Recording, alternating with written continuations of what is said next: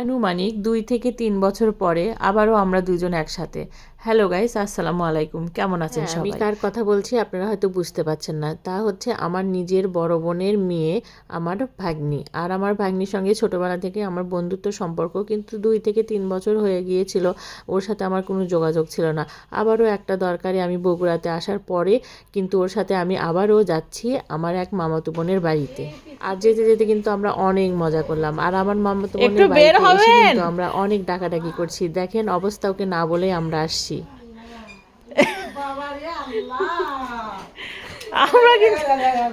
আমরা কিন্তু চলে এসেছি আমেন আপার বাসায়, সবাইকে না বলেই। আমেন আপা কিন্তু জানে না যে আমরা চলে আসবো। সেটাই তো বলতেছি, কি হচ্ছে? আমি কি ভয় করি? আমরা তো জানি যে আমেন আপা ভয় করে না। আমি কি ভয় করি না,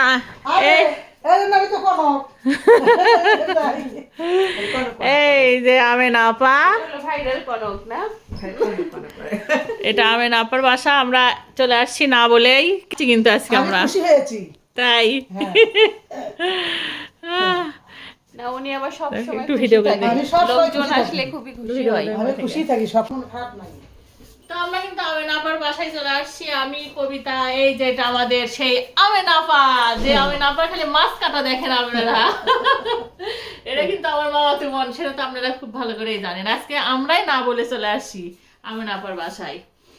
তো আমরা কিন্তু চলে আসলাম একটু মেয়ে দেখতে, মেয়ে দেখতে, কারণ খোঁজ খবর নেওয়ার জন্য। হ্যাঁ, চলো, খোঁজ খবরের এত দরকার নাই, আমরা একটু সুন্দর একটা ভালো পরিবেশে একটা বিয়ে পেলেই হলো।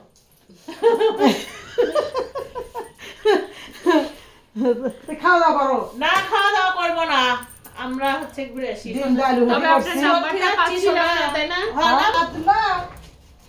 তো আমরা এই যে ঘুরতে চলে আসছি, এটা কিন্তু এই যে আমার মামাতো বোনের বাড়ি। তো এখন আমরা আবার হচ্ছে বের হচ্ছি আরেকটা ভালো একটা কাজের উদ্দেশ্যে। সবাই দোয়া করবেন যাতে আমরা সফল হতে পারি। চলেন, কোন দিকে যেতে হবে? এইদিকে? চলো এইদিক দিয়ে যাই। কত দূর?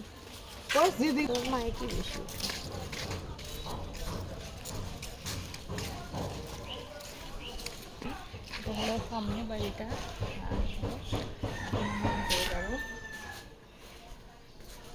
আসো।